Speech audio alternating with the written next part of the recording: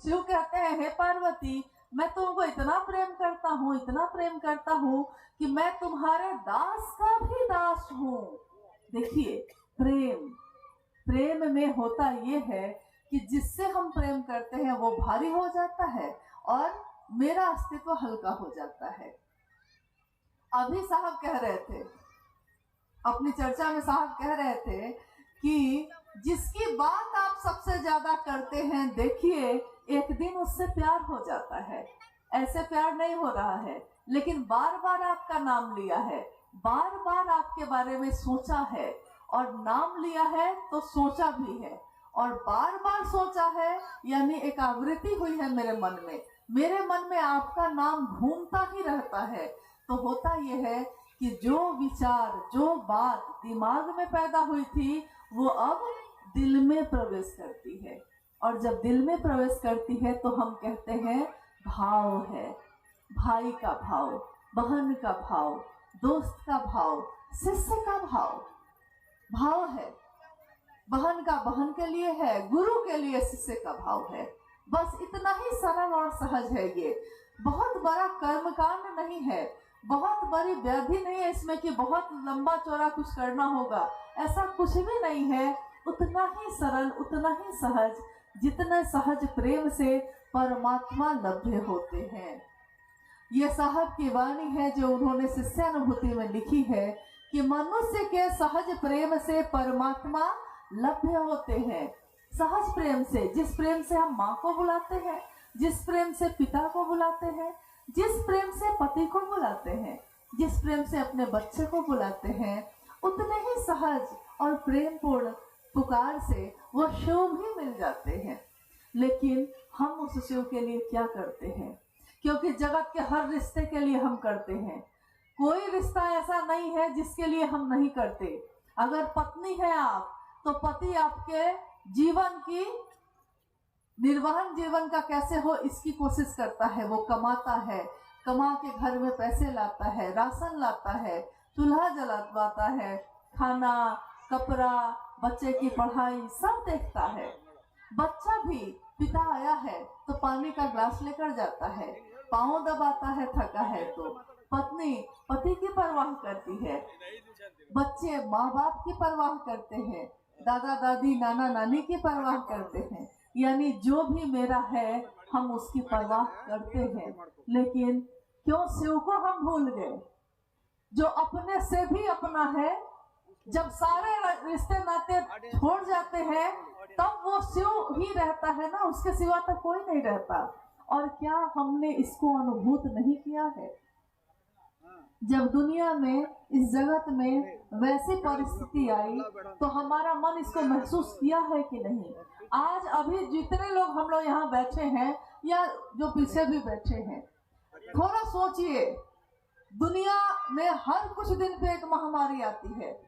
जब भी आती है मानव का मन घबराता है, परेशान होता है, बेचैन होता है और आश्रय ढूंढता है। आश्रय अपने मन के लिए, अपने जीवन के लिए, और उस समय उसको शिव के सिवा कोई याद नहीं आते। क्यों? क्योंकि अगर कोरोना जैसी बीमारी हो जाती है जो दिखाई नहीं देती है, लेकिन उसके कारण अपने अपनों के शरीर से भी दूर हो जाते हैं, अपने अपनों की परवाह करना भी छोड़ देते हैं। उस समय हमको किसकी याद आई थी? किसके कारण हमारे मन को बल मिला था? किसके कारण हमने सोचा था महादेव आप मेरे साथ हैं, मुझको कुछ नहीं होगा? साहब ने रांची में उपवन में बैठे हुए कहा था उस समय, जब हम लोग पूरे भारत से ये खबर ले रहे थे कि लोग कैसे हैं। साहब ने कहा था जिसने भी शिव को अपना गुरु माना है, जिसने भी शिव को अपना शिष्य भाव दिया है, इन बीमारियों से उसकी मौत नहीं होगी। हम कहते हैं वो साधारण शरीर में आए हुए सत्ता है। क्या बात करते हैं आप? और सच्चाई ये है कि सही है कि शिव शिष्य को कुछ नहीं हुआ, कहीं से कोई खबर नहीं आई। जहां से भी खबर आई तुरंत साहब को सूचना दी गई और सारे लोग सुरक्षित बचे। साहब ने अपनी लाइव चर्चा में साफ कहा, उपवन में अपने आंगन में बैठे हुए उन्होंने कहा, आपका सुरक्षित जीवन मुझको वापस चाहिए, आप लोगों ने सुना था इस बात को कि नहीं? क्या आप लोगों ने कभी सुना था इस बात को जो साहब कह रहे थे, आपका सुरक्षित जीवन मुझको वापस चाहिए। क्यों? क्योंकि अगर आप सुरक्षित रहेंगे, आपका जीवन रहेगा, तभी ना इस जगत में महादेव की बात होगी। तो उस समय जिसने सारे सहारे जब छूट गए, तो जिसका सहारा मिला था, आज जब सुख में है तो उस सहारे को भूल कैसे गए? महादेव ने दीक्षा मांगी क्या? महादेव ने हम लोगों से पैसे मांगे क्या? महादेव ने हमसे संपत्ति मांग ली है, हमारा फ्लैट मांग लिया है, कपड़े मांगे हैं? कुछ भी नहीं मांगा है। अरे सब कुछ त्याग के बैठा है वो।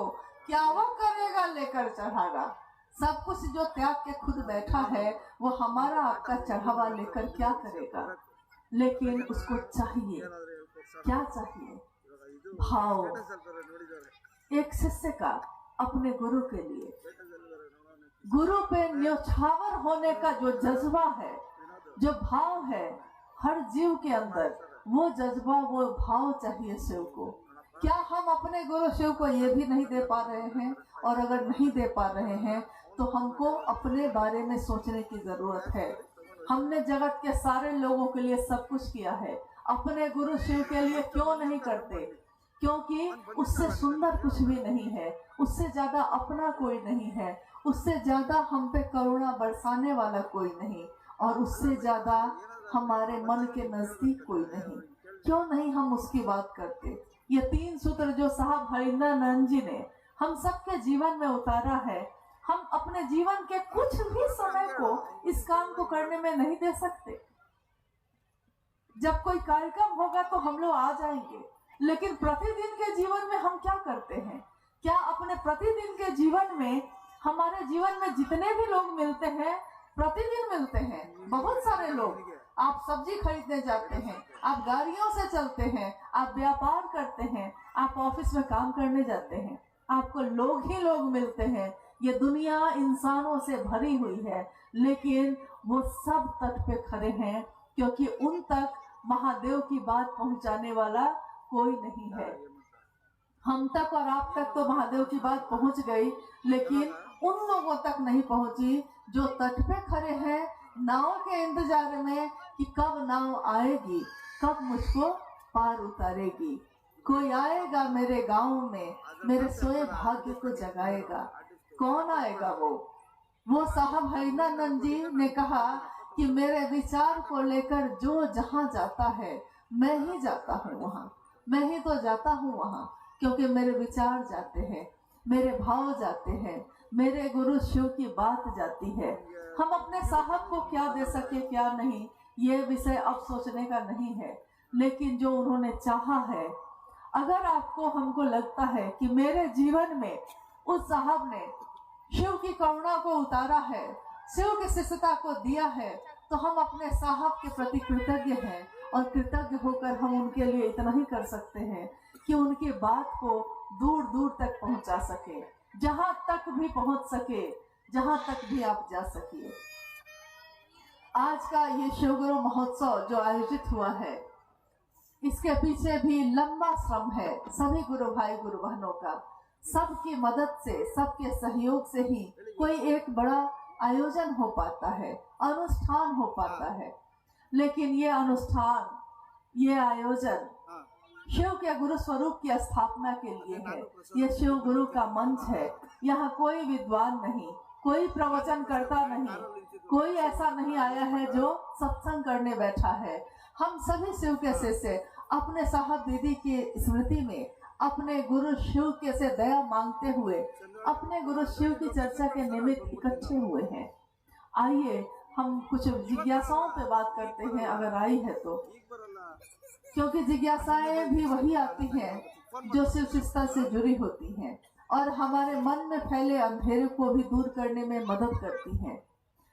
मानसिक और आध्यात्मिक दोनों तरह से अंधेरा छाया है मन में, लेकिन मानसिक अंधेरे को भी और आध्यात्मिक अंधेरे को भी, जगत के अंधेरे को भी वो गुरु अपनी दया से दूर करते हैं, उसमें रोशनी लाते हैं।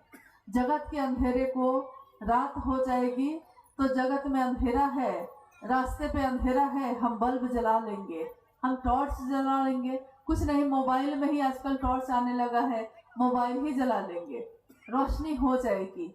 लेकिन मेरे मन में जो अंधेरा फैला है, ये अकेलापन जो है, ये भीड़ में रहते हुए भी जो अकेले होने का दर्द है, इस दर्द को कौन दूर करता है? वो गुरु, वो शिव अपनी करुणा से इस दर्द को दूर करते हैं, इस पीड़ा को दूर करते हैं। तो आइए, हम कोई जिज्ञासा है तो उस पर बात करते हैं। हाँ, स्थानीय गुरु भाई गुरु बालों के द्वारा जिज्ञासा है कि भगवान शिव और गुरु शिव में क्या अंतर है, कृपया समझाया जाए। भगवान शिव और गुरु शिव में क्या अंतर है? जिज्ञासा ये आई है। भगवान शिव है तो वो भी शिव। भगवान जब हम कहते हैं यानी ईश्वर, महेश्वर, तो महेश्वर के रूप में वो संपूर्ण रूपों में है, सारे स्वरूप उनके उसी में है। औघड़दानी है वो। हम मनोकामना मांगते हैं, कहते हैं महादेव ये चाहिए, तो महादेव सोचेंगे नहीं, भाव के भूखे हैं, भाव देते हैं, तो उसी भाव से परिणाम भी आ जाता है, जो मांगा है वो मिल जाता है। ईश्वर के रूप में वो सारे गुण रखते हैं, इच्छा भी वही है, ज्ञान भी वही है, क्रिया भी वही है, और चित्त और आनंद भी वही है। लेकिन गुरु के रूप में चित्त और आनंद की स्थिति होती है।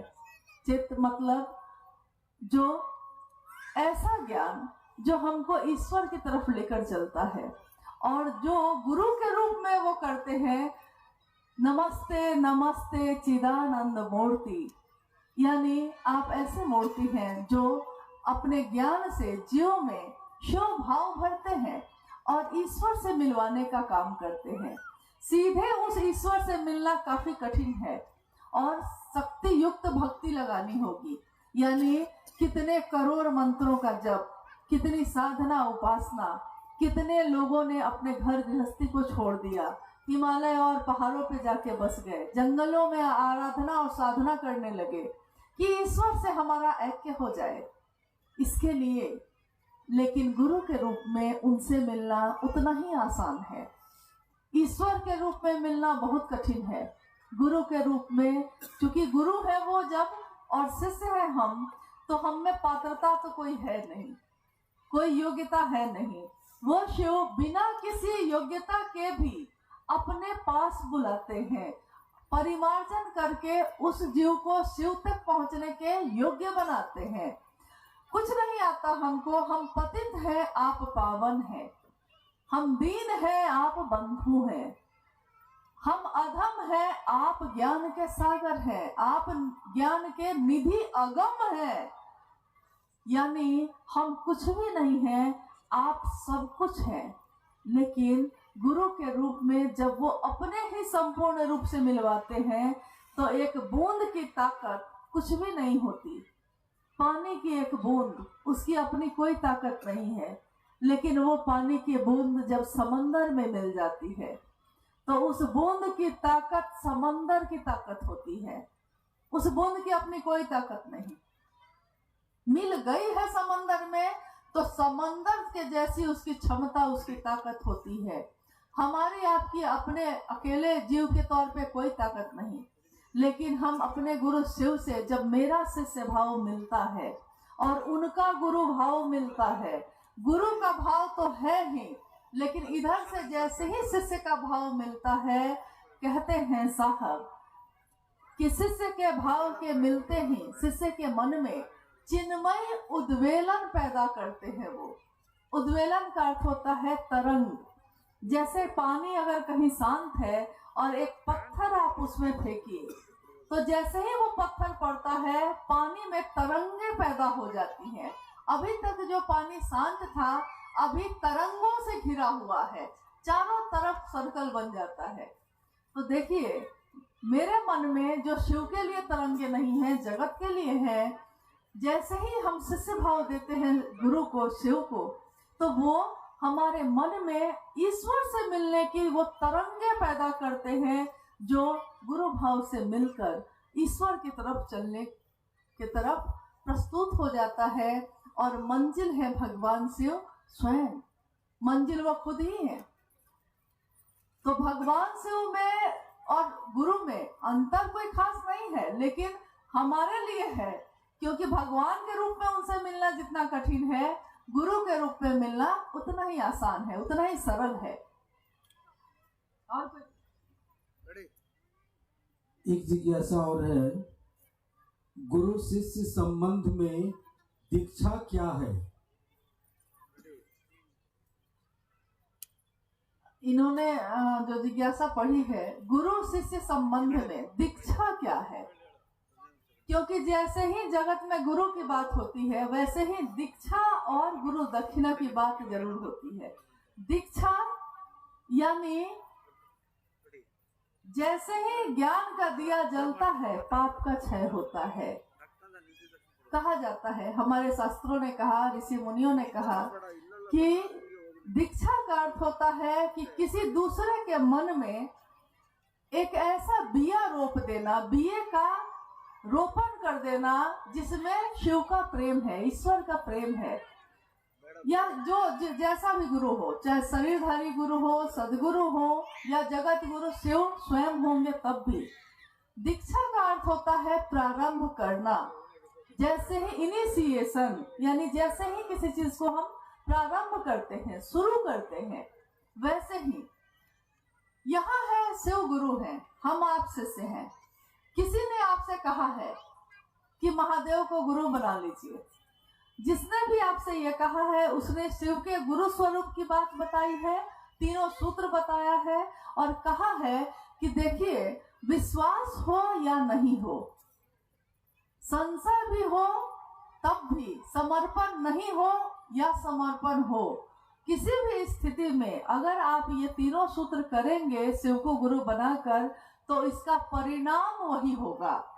जो विश्वास में करने से होता है, वही अविश्वास में भी होता है, क्योंकि एक दिन जब साहब ने शिव को गुरु बनाया था, उनके मन में कोई विश्वास नहीं था, कोई समर्पण नहीं था, और उनको लगता था कि यहाँ भी धोखा ही धोखा है, क्योंकि सब गुरुओं से उन्होंने धोखे खाए थे। लेकिन कुछ ही वर्षों में अनंत घटनाएं ऐसी हुई जिन्होंने उनको मन को समझा दिया कि शिव सचमुच में है, आज भी है, उतने ही कारगर, उतने ही ज्यादा अपने, जितने कभी भी पहले भी थे, हम ही भूल बैठे हैं। तो उन्होंने कहा कि मेरे मन में एक आध्यात्मिक आह्लाद आया, और इस आह्लाद ने मुझको प्रेरित किया कि मुझ में मानव के अभ्युदय की जिद है।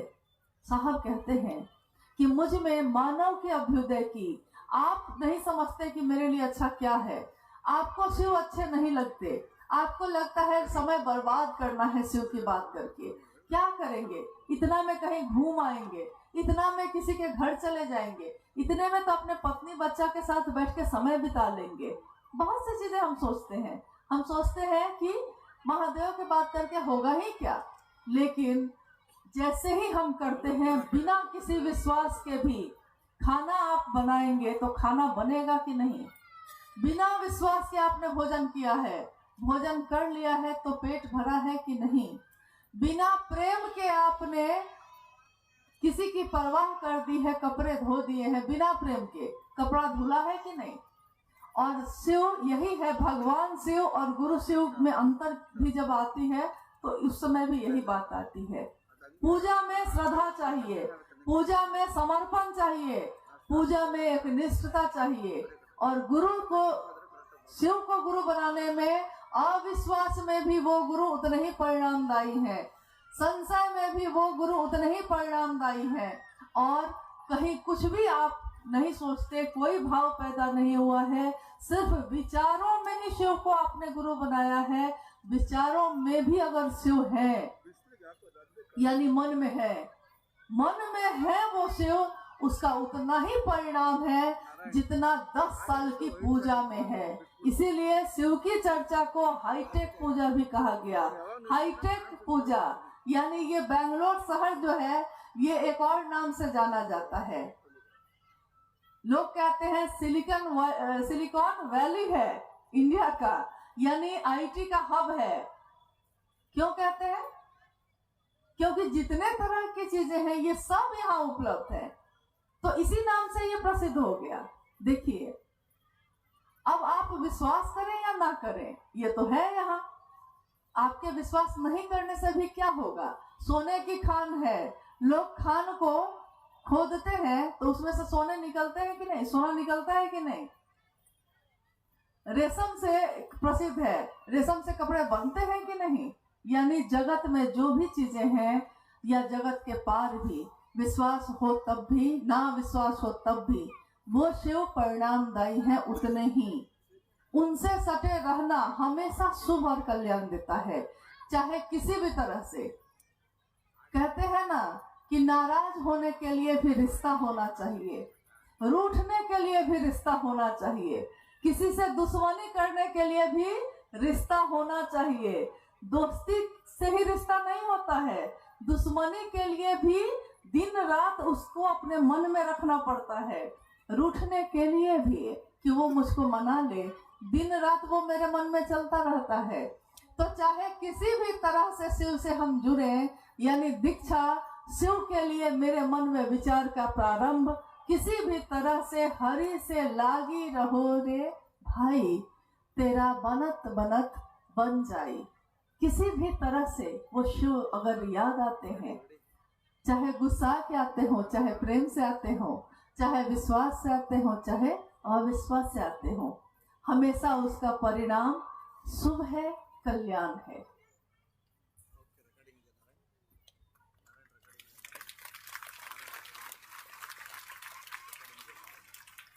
एक अंतिम जिज्ञासा, ओम नमः शिवाय तथा नमः शिवाय में क्या अंतर है? हालांकि ये जिज्ञासा नई नहीं है, लेकिन तब भी आज भी जब नई जगहों पे जहाँ शिव गुरु का कार्य करने हम जाते हैं, तो लोग ये बात जरूर पूछते हैं कि आप तीसरे सूत्र में नमः शिवाय से प्रणाम करने के लिए क्यों कहते हैं? पूरा तो ओम नमः शिवाय है, फिर नमः शिवाय सिर्फ क्यों करें? ओम में तो पूरा शिव ही है, ओम क्यों नहीं करें? तो देखिए, व्याख्या पे जब हम जाएंगे तो व्याख्या तो इसकी बहुत लंबी चौड़ी है। ओम ध्वनि है, ध्वनि यानी कि जो आवाज सुनाई देती है। अभी मैं इस टेबल पे ऐसे जोर से मारूं तो इसमें एक आवाज सुनाई देगी, ये है ध्वनि। लेकिन जो मैं बोल रही हूँ वो है शब्द, यानी जो मुंह से निकलता है वो शब्द है, लेकिन जो आवाज होती है उसमें ध्वनि है, मेरे कानों तक पहुंचती है वो। ओम की अपनी व्याख्या है बहुत बड़ी, और है वो सच्चाई ये है कि हाँ, वो महामंत्र से जुड़ा हुआ है, नमः शिवाय से जुड़ा है, सम्मान के लिए जुड़ा है, क्योंकि नमः शिवाय एक ऐसा मंत्र है जिसमें हर जगह सम्मान देने के लिए ओम लगाया गया है बहुत जगहों पे। लेकिन बहुत जगहों पे सिर्फ नमः शिवाय है।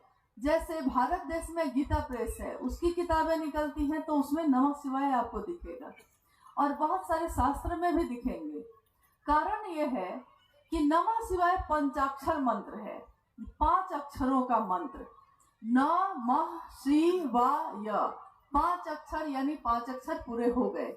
हम जब ओम उसमें लगाकर बोलते हैं तो वो हो जाते हैं अब 6 अक्षर। लेकिन ओम की अपनी व्याख्या है। संसार जब बना भी नहीं था, यह सृष्टि बनी भी नहीं थी, और सब कुछ महाशून्य था, कहीं कुछ भी नहीं था, ना कोई तरंग, ना कोई काल, क्योंकि सृष्टि बनी ही नहीं थी तो काल कैसे लागू होता?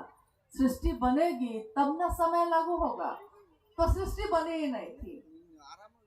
कहते हैं शिव अपनी समस्त शक्तियों के साथ, शिव अपनी समस्त शक्तियों के साथ सुषुप्तावस्था में थे, यानी सोए हुए अवस्था में। शक्तियां हैं, सारी की सारी हैं, लेकिन अभी सोई हैं। जैसे एक बिया भी अगर ले लीजिए आप, बिया है, उसमें पौधा निकलने की ऊर्जा है, ताकत है उसमें, धान की बाली निकलेगी उसमें, लेकिन अभी वो सुसुप्तावस्था में है, अभी उसको लगाया नहीं गया है।